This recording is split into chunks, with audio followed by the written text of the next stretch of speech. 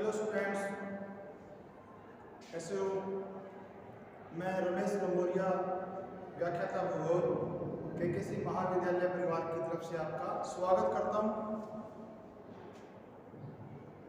आज हम अपने ऑनलाइन वीडियो में पढ़ेंगे वायुमंडल और वायुमंडल की संरचना और वायुमंडल की परतें, लेयर ऑफ एटमॉस्फेयर।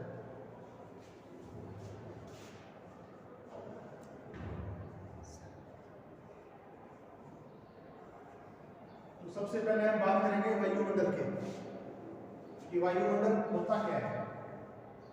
देखिए, ये मान लीजिए अपनी पृथ्वी है और पृथ्वी के चारों ओर जो गैसों का जो आवरण पाया जाता है, जिसने चारों ओर से पृथ्वी को घेर रखा है, उस गैसीय आवरण को वायुमंडल कहते हैं। अपने वायुमंडल में सबसे ज्यादा जो योगदान है वो गैसों का है।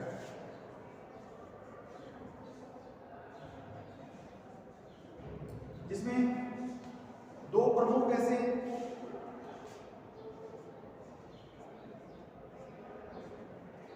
नाइट्रोजन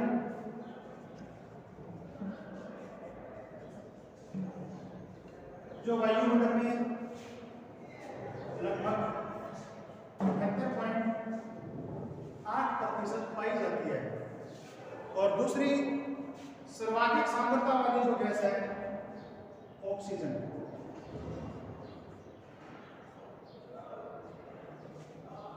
जिसकी मात्रा वायुमंडल में 20.95 लगभग 21% मिलती है। इन गैसों के अलावा अन्य जो गैसें हैं उसमें organ, helium, CO2, ozone, neon, krypton, कई प्रकार की गैसें हैं। गैसों के अलावा वायुमंडल का जो दूसरा महत्वपूर्ण तत्व है जलवाष्प। और वायुमंडल में जितने भी संघनन की क्रियाएं होती है उसके लिए जलवाष्प को ही उत्तरदायी माना जाता है। जैसे बरसात होना, ओस का बनना, हिमपात होना, ये सारे के सारे जितने भी संघनन के रूप हैं ये किससे पॉसिबल होते हैं? जलवाष्प पॉसिबल होते हैं। अब जलवाष्प है वो वायुमंडल में औसत रूप से 2% मिलता है, लेकिन कई ज्यादा आर्द्रता वाले क्षेत्र होते हैं, वहां पर वायुमंडल में मैक्सिमम 5% जलवाष्प की मात्रा हो सकती है। जलवाष्प के अलावा तीसरा जो तत्व है धूलकण, जिसे डस्ट बोलते हैं।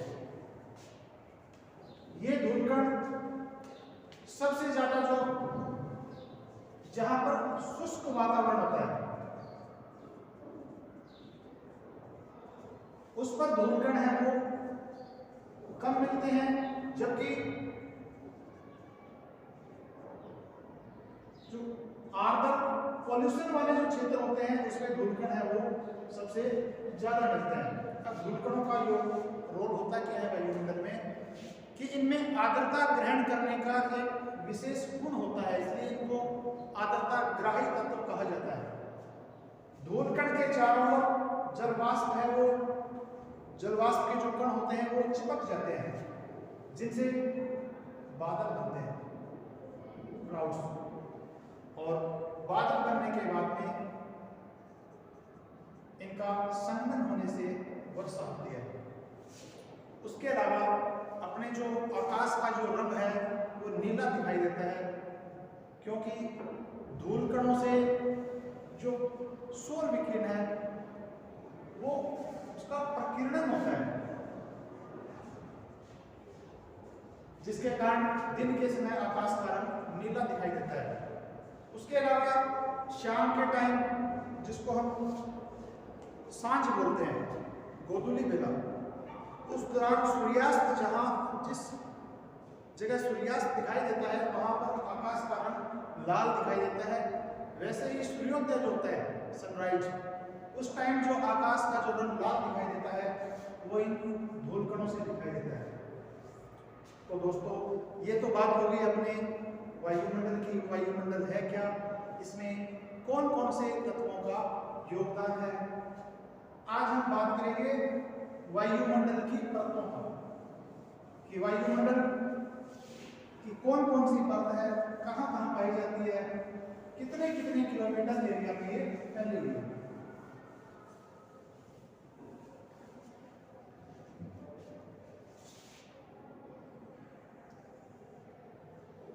तो ये मान लीजिए अपना पृथ्वी का धरातल है, और पृथ्वी के धरातल पर हम एक साइड में रखेंगे भूमध्य रेखा को,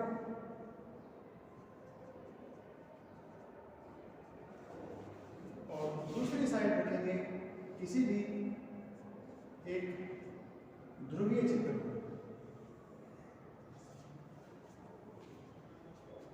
तो वायुमंडल को अगर हम परतों में बांटे तो वायुमंडल की 5 परतें हैं। वैसे तो वायुमंडल का जो विस्तार है, वैज्ञानिकों का मानना है कि वायुमंडल जो है 10,000 से लेकर 29,000 किलोमीटर तक फैला हुआ है, लेकिन हमारे लिए लगभग 800 किलोमीटर का जो वायुमंडल है वही उपयोगी है। तो हम वायुमंडल की परतों का जिक्र करें तो सबसे पहले जो वायुमंडल की पहली परत है,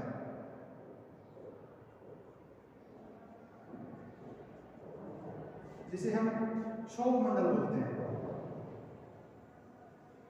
ये वायुमंडल की सबसे पहली और धरातल के सबसे नजदीक परत है, जो भूमध्य रेखा के ऊपर तो लगभग 18 किलोमीटर ऊंचाई पर है, और ध्रुवीय क्षेत्रों में क्षोभ मंडल की जो ऊंचाई है वो 6 से 8 किलोमीटर तक है।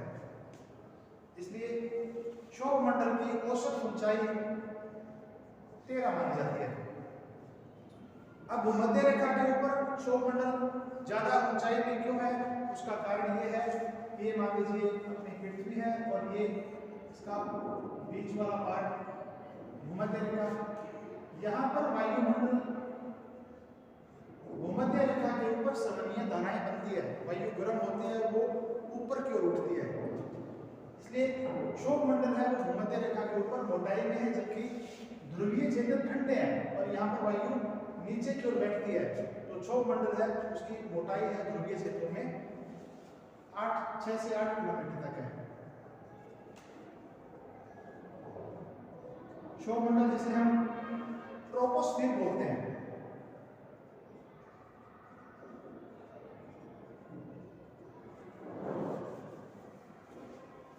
इसे परिवर्तन मंडल भी कहते हैं। जितनी भी मौसम की घटनाएं होती है, बरसात, आंधी, तूफान, बिजलियों का चमकना, जितनी की जितनी मौसमी घटनाएं वो सारी की सारी क्षोभ मंडल में होती है। इसलिए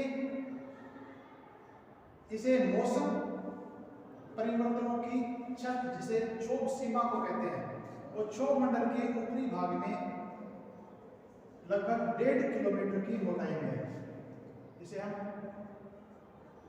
क्षोभ सीमा या ट्रोपोपॉज बोलते हैं।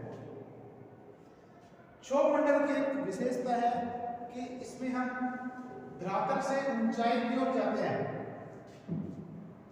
तो तापमान में कमी आती है, तापमान कम होता जाता है। अब तापमान क्षोभ मंडल में किस दर से कम होता है? अगर हम क्षोभ मंडल में 1 किलोमीटर की ऊंचाई पर जाते हैं, मतलब प्रत्येक 1 किलोमीटर की ऊंचाई पर तापमान 6.5 डिग्री सेल्सियस कम हो जाता है, और 165 मीटर की ऊंचाई पर 165 मीटर की ऊंचाई पर तापमान 1 डिग्री सेल्सियस कम होता है क्षोभमंडल में, जिसे हम तापमान की सामान्य ह्रास दर बोलते हैं, या तापमान की सामान्य पतन दर। वो 1 किलोमीटर के ऊपर 6.5 डिग्री सेल्सियस तापमान की कमी आती है क्षोभमंडल में, और 165 मीटर की ऊंचाई पर 1 डिग्री सेल्सियस तापमान है वो कम होता है। अब ये तो बात होगी क्षोभमंडल की। क्षोभमंडल में जो गैसें मिलती हैं वो भारी गैसें हैं, जैसे नाइट्रोजन है, ऑक्सीजन है, CO2 है। क्षोभमंडल में भारी गैसें पाई जाती है। क्षोभमंडल से ऊपर वायुमंडल की जो दूसरी परत है, जिसे हम समताप मंडल बोलते हैं, इंग्लिश में इसको स्ट्राटोस्फीयर बोलते हैं।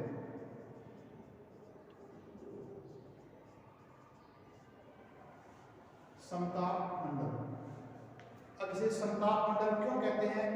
कि इसमें तापमान से संबंधित जो परिवर्तन होते हैं वो बिल्कुल ही कम होते हैं, तापमान लगभग एक समान सा रहता है, इसलिए इसको समताप मंडल कहा जाता है। समताप मंडल में की जो ऊंचाई है वो धरातल से 50 किलोमीटर मानी जाती है, लेकिन यहां पर 20 से 30 किलोमीटर के बीच ओजोन गैस सर्वाधिक मात्रा में मिलती है। ओजोन की सांद्रता है वो ज्यादा होती है, इसलिए ऊंचाई की ओर जाते हैं तो समताप मंडल के भीतरी भागों में तापमान सामान्य सा रहता है, उसमें कोई परिवर्तन नहीं आता, लेकिन ओजोन मंडल के पास आते हैं तो तापमान है वो बढ़ जाता है। और समताप मंडल की जो ऊपरी सीमा है, जिसे हम समताप सीमा बोलते हैं, तापमान वहां पर 0 डिग्री सेल्सियस तक पहुंच जाता है। समताप मंडल में जो अपने वायुयान होते हैं, एरोप्लेन, उनको उड़ने में बड़ी सहायता मिलती है, कारण कि यहाँ पर तापमान और कोई मौसमी परिवर्तन नहीं होते, तो बिना बाधा के समताप मंडल में वायुयान है वो आसानी से उड़ जाते हैं। लेकिन कई बार क्या होता है कि क्षोभमंडल की जो वायु है, सवनीय वायु, वो कई बार क्षोभ सीमा को पार करके समताप मंडल में चली जाती है, जिससे विशेष प्रकार के बादल बनते हैं बिना आर्द्रता वाले। उन बादलों को मुक्ताब मेघ कहा जाता है। इंग्लिश में इसको मैकरल स्काई बोलते हैं, मैकरल क्लाउड भी बोलते हैं। वो कहाँ बनते हैं? क्षोभ सीमा से ऊपर समताप मंडल के निचले भाग में। तो दोस्तों ये तो हो गई अपनी 2 वायुमंडल की परतें। तीसरी जो परत है जिसका विस्तार 80 किलोमीटर तक है, इसको बोलते हैं मध्यमंडल, जिसे इंग्लिश में मेसोस्फीयर बोलते हैं। मध्यमंडल इसको क्यों बोलते हैं? क्योंकि ये 5 जो परतें हैं वायुमंडल के, उसके लगभग बीचों बीच स्थित है, इसलिए इसे मध्यमंडल कहा जाता है। मध्यमंडल में जो तापमान है उसमें गिरावट आती है और तापमान इसकी ऊपरी सीमा पर -100 डिग्री सेल्सियस तक पहुंच जाता है। उसके बाद में जो चौथी परत है वायुमंडल की, जिसे हम आयन मंडल बोलते हैं,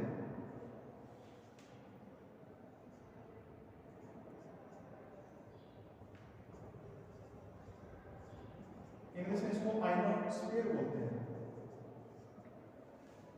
क्योंकि इस परत के अंदर आयन्स मिलते हैं, मतलब एक तरह से इलेक्ट्रॉन के कण होते हैं, जिन्हें विद्युत आवेशित कण भी कहा जाता है, जिसको हम आयन्स बोलते हैं, वो आयन मंडल में पाए जाते हैं। वायुमंडल की इस परत में मिलते हैं, इसलिए इसको आयन मंडल बोलते हैं। और आयन मंडल में जो तापमान है वो बहुत तेजी से बढ़ता है। ऐसा बोलते हैं कि आयन मंडल के जो ऊपरी स्तर लगभग 400 से 500 किलोमीटर के बीच, वहां पर तापमान जो है वो 1100 डिग्री सेल्सियस तक पहुंच जाता है और लगातार आगे बढ़ता ही रहता है। ये जो विद्युत आवेशित जो आयन्स होते हैं, कण होते हैं, इन्हीं के कारण अपने जो रेडियो प्रसारण होता है वो इन आयन मंडल के कारण ही पॉसिबल होता है। क्योंकि पृथ्वी से भेजी गई रेडियो तरंगें जब आयन मंडल में पहुंचती है तो ये आयन्स उस रेडियो तरंगों को वापस पृथ्वी की ओर भेज देते हैं, जिससे रेडियो प्रसारण में हमें सहायता मिलती है।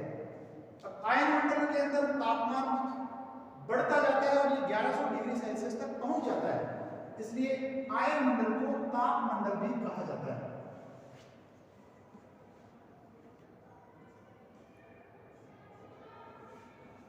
तो दोस्तों ये तो बात हुई आयन मंडल की। इसमें आयनोस्फीयर कहा जाता है, इसमें आयन्स होते हैं।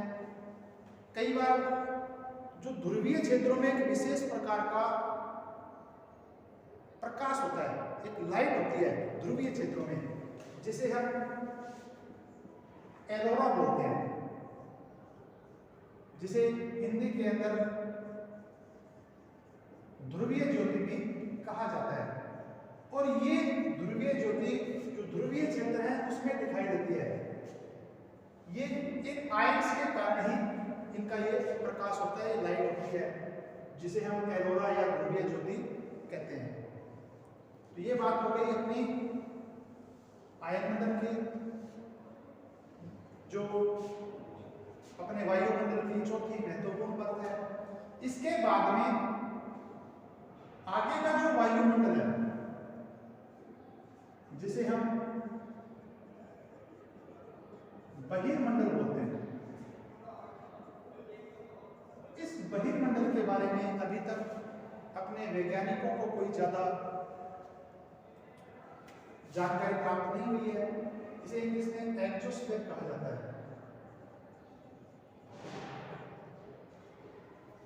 ऐसा मानते हैं कि बहिर्मंडल का जो विस्तार है वो 29,000 किलोमीटर तक है, कोई कहते हैं 10,000 किलोमीटर तक है, लेकिन इसके बारे में अपने को एग्जैक्ट जो नॉलेज है वो नहीं है।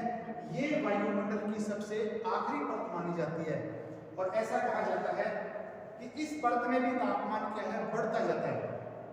और बहिर्मंडल में जो हीलियम जैसी जो हल्की गैसें हैं, हाइड्रोजन जैसी जो हल्की गैसें हैं, वो इस मंडल में पाई जाती है। तो ये जो वायुमंडल की है, ये 5वीं और सबसे लास्ट परत है। आगे की वीडियो में हम वायुमंडल से संबंधित कुछ और बातें पढ़ेंगे। धन्यवाद।